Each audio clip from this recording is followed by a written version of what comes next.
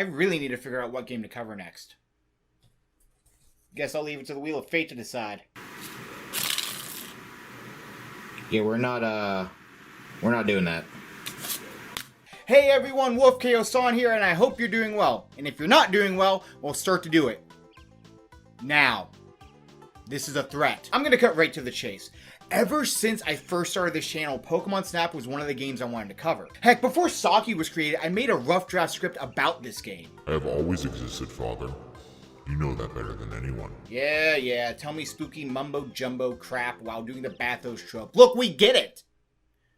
I miss when you were more free and upbeat. When you weren't going into existential ramblings all the time, but rather asking me questions about the game I'm covering and pushing me forward with happy-go-lucky quips. Can we go back to that? Shut up and tell us why you like Pokemon Snap. Love, not like. Fine, tell us why you love Pokemon Snap. Well, it's because, like, you... Hold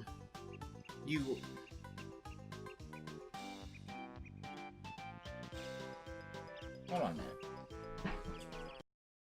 Alright, look.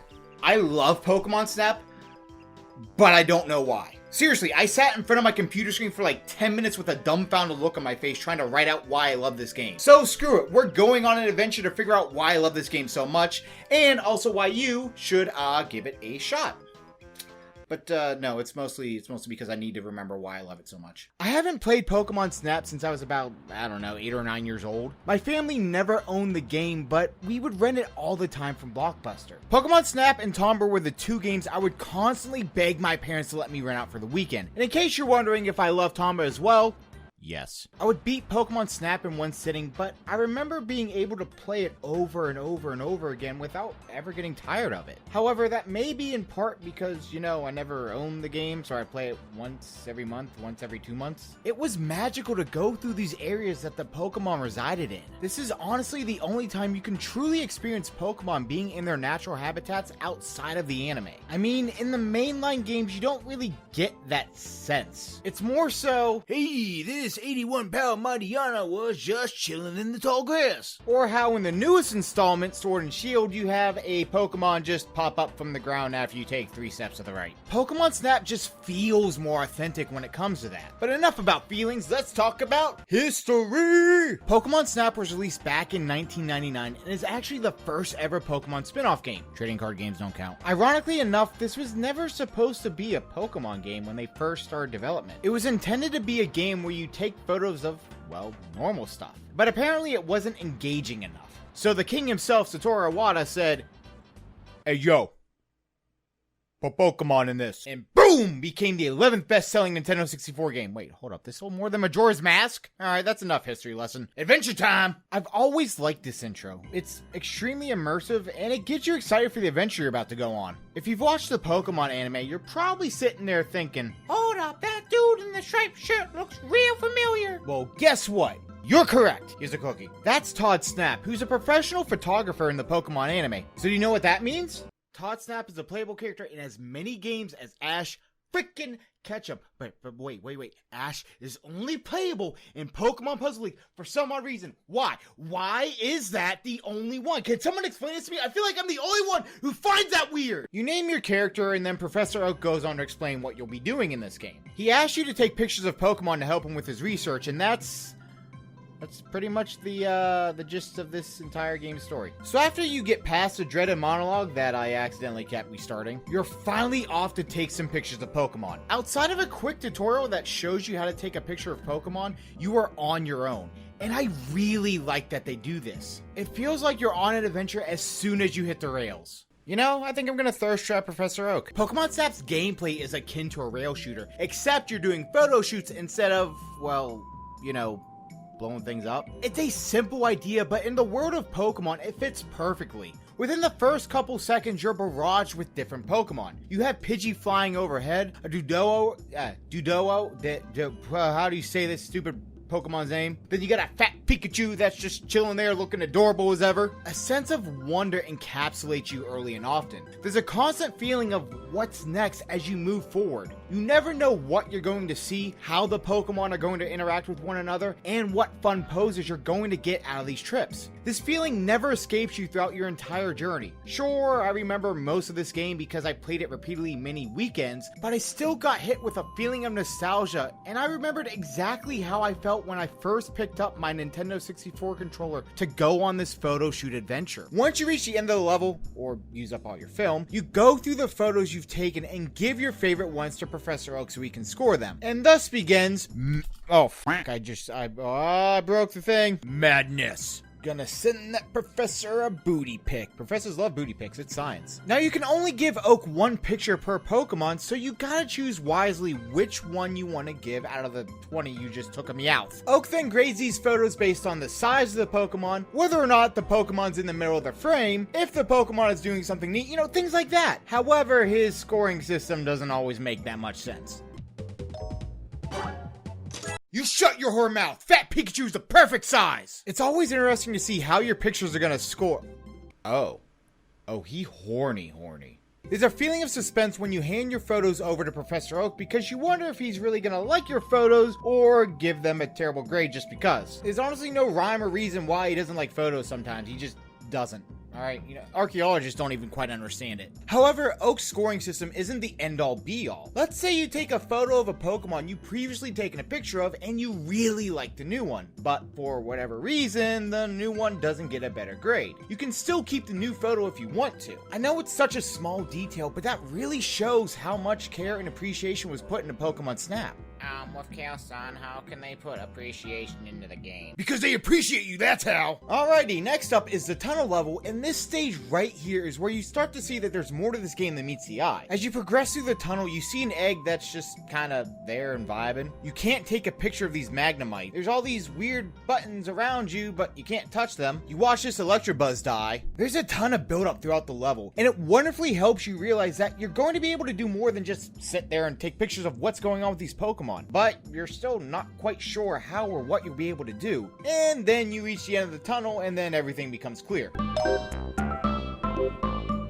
Yes, apple-shaped Pokemon food. Oh, that's a freaking apple! As you advance through the game, you receive items that allow you to interact with the world around you. You can throw apples to bait Pokemon to move to certain areas, cover the entire level with apples, slow down Pokemon, commit mass genocide against the entire Electrode race. Unlike the beach stage, you don't automatically advance to the next level after reaching the finish line. Instead, you have to figure out how to get to the next level as you traverse through these landscapes. Like, for example, blowing up an Electrode by these rocks. This concept is brilliant because you'll be looking everywhere around you and you're gonna question what all you can interact with. It's all about trial and error, and I really dig that. It really is like you're on an adventure and you're trying to figure out how to advance forward. And if for whatever reason you can't quite figure out what you're supposed to do, Oak will give you hints on what to do every time you cross that finish line. The puzzle aspect is a nice touch and it really pushes you towards interacting with everything within the world around you. Yeah! Hey, Professor Oak, I don't think you should be sending children to a volcano. But there's a Charmander here! The Volcano level has always been and always will be my favorite level. It has some of my favorite Pokemon and so much to interact with. Rapidash just comes out guns blazing. You got Vulpix over here, a giant egg to toss into the fire. I would literally die for all of you. This is where many people start experimenting with the environment around them because you can change so much. Sure, the tunnel level had some things and Pokemon you can interact with, but the volcano level, it's all about experimentation. You're rewarded by messing with all things around you. By throwing an apple at a Charmander, he calls over his friends and holy crap, you got yourself a Charmander tribe. You can lead a Vulpix to another one and have double the cuteness. You can throw an apple between two Magmar and have them kill each other over it. This level is specifically specifically designed to make you mess with the environment. As you traverse through the volcano, you have this giant egg that blocks your path. This gives you an opportunity to check your surroundings, and this is a key moment within the game. This is where a lot of people start to truly see what using these items can do to the world around them. You're even rewarded with seeing Moltres by moving forward. This gives you incentive to continue to mess with the world around you. Interaction is the biggest driving force within Pokemon Snap. The one example of this I'm sure everyone remembers is the Charmeleon at the end of the lava level where you push him into the lava. I always did feel bad for doing this, but he does evolve into a Charizard, so it's fine. Being able to interact with Pokemon within their natural habitat is by far my favorite aspect of this game. It's like you're truly within the world of Pokemon, and I'd argue no other game makes you feel this way more than Pokemon Snap. Everything just feels so natural and authentic. You're sometimes a fly on the wall watching these Pokemon, or you're pushing them to see what they do in certain situations. You end up getting completely enveloped in Pokemon Snap's atmosphere. Okay, enough about that crap. It's picture sharing time. So, of course, I want to show Professor Oak the image of me yeeting a Charmeleon into lava. I'm really excited to see how he reacts to the... Excuse me, there were like 10 Charmander there. What, you're just gonna ignore them and not give me my points? Next up is a river level, and Professor Oak just gave me a Pestiball, so now I can harass even more Pokemon. It's kind of a dick move, but just like the apple, it causes a lot of cool things to happen. For example, originally with these Metapod, I could bonk them on the head with an apple, and then that would just be about it. However, with a Pester Ball, it makes them come down, and now they're in 3D. Okay, that's not entirely true, but you get the picture. The Apple and Pester Ball give replayability to all the previous levels because these items are going to affect different Pokemon and allow you to see new Pokemon you have not before, like this Scyther on the beach level. Did you know it was there? Probably not, but it's freaking cool he's there. I don't know why I'm yelling about it. This replayability also plays into the story because Professor Oak will sometimes ask you to take a certain amount of pictures of new Pokemon before you can go on to the next level. This may sound frustrating to backtrack, but it's really not due to the fact that you've seen hints of Pokemon hiding. Back then, you're unsure of what to do, but now you have these items that will expose the Pokemon so you can take pictures of them. You know, that sounds really bad out of context. Many games struggle with replayability, but it's one of Pokemon Snap's strong suits. None of the levels are overly long, and you can just piss off until you get to the area with new Pokemon you're trying to see. I think being short plays well into Pokemon Snap's strengths as well, because you can power through everything and rarely does it feel like you're dragging your feet. The river level's main focus is you trying to find hidden things. Now, whether that be Pokemon or... Actually, that's all you can find now that I thought about it. Using the Pester Ball on these Poliwag will cause them to come down from the tall grass and join you on your adventure down the river. You can even knock this Bulbasaur out of the trunk, and there's so many other instances like these. Pokemon Snap shows the ability that it can use these simple puzzles to make the adventure that much more memorable. Because, alright, let's put ourselves in the shoes of a kid in the early 2000s. Back then, not a lot of people had or used the internet for video game walkthroughs. Sure, you had some websites like GameSpot, but that would require you to stop what you're doing in Pokemon Snap, beg your parents to let you use the internet, and not spend the next 2 hours on Neopets. I feel you made this part pretty personal. You had to deduct what was the best course of action, or honestly just spam throw your items. Wow, that actually just gave me a revelation. Everyone's Pokemon Snap journey is unique and completely different.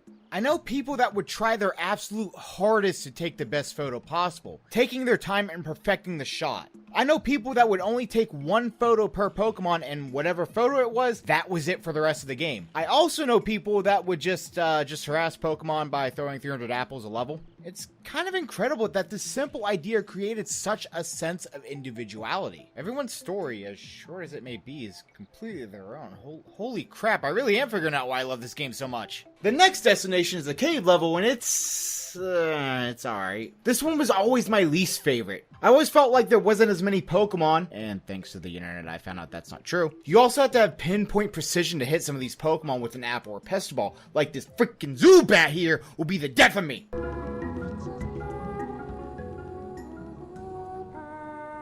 That's horrifying. But speaking of music, Pokemon Snap's soundtrack is really good. Every level's theme fits almost perfectly, and you're going to get at least one song stuck in your head. It's gonna happen. Just accept it. Look, just accept it. I see you right there trying to fight it. You need to stop right now. It's gonna be much easier for you to stop that and just accept it into your life. Resistance is futile. Overtake, consume, troll. The music certainly has that late 90s, early 2000s vibe. The kind that would just, smack the piss out of you the moment you boot it up at the arcade. Also, there was an unreleased level with this spooky music, and listen to this, it's so good.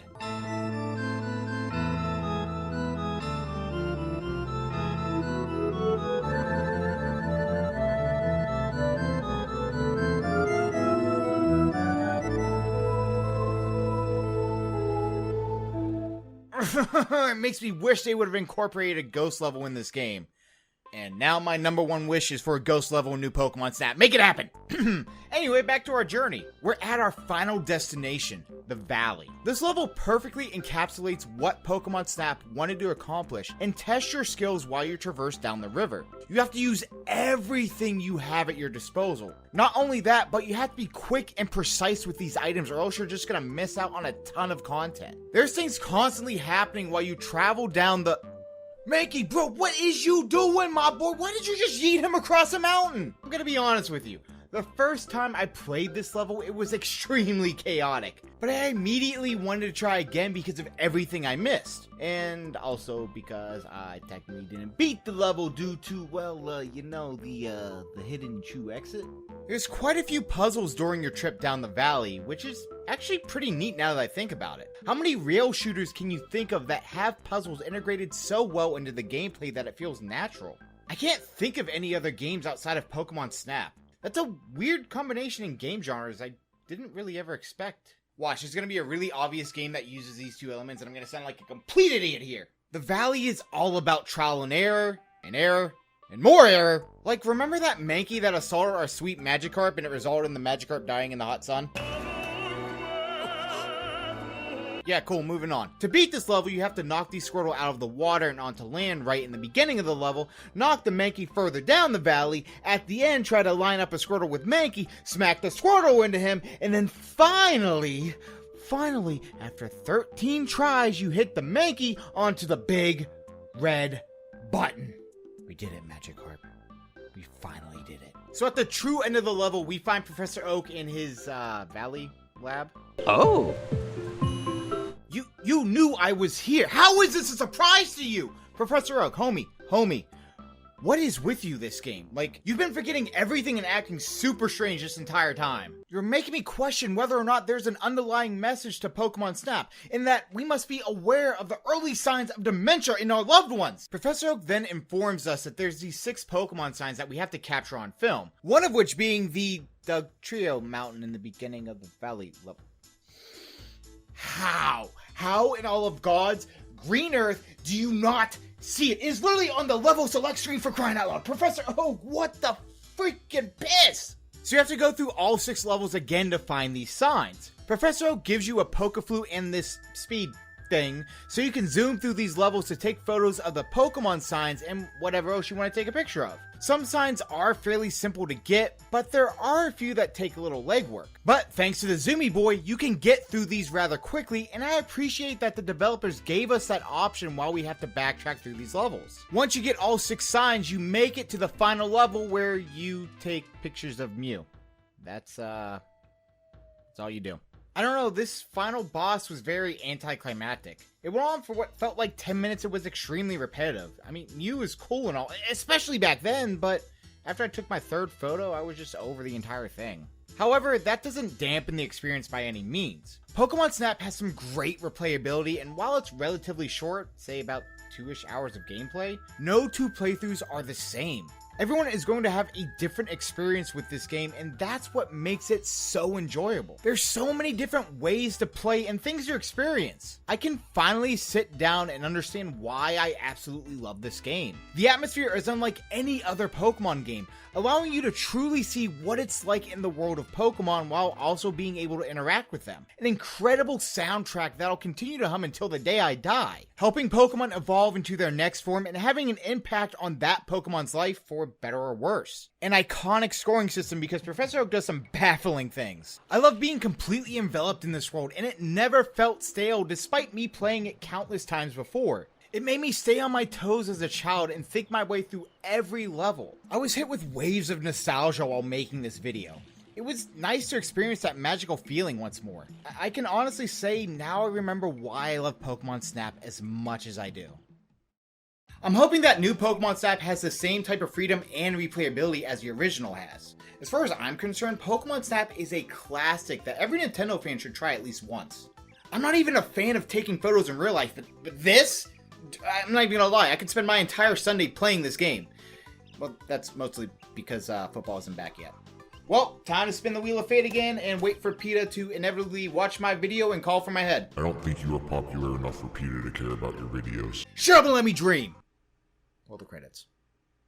Roll the credits! Hey all, I want to thank you so much for watching this video. I really appreciate it, and I appreciate all of you for taking time to just, listen to me freaking gush about Pokemon Snap, because this was a lot of fun. I want to do a shout out for some patrons right now. First off, Josiah Grice, thank you so much for continuing to support me throughout all of this.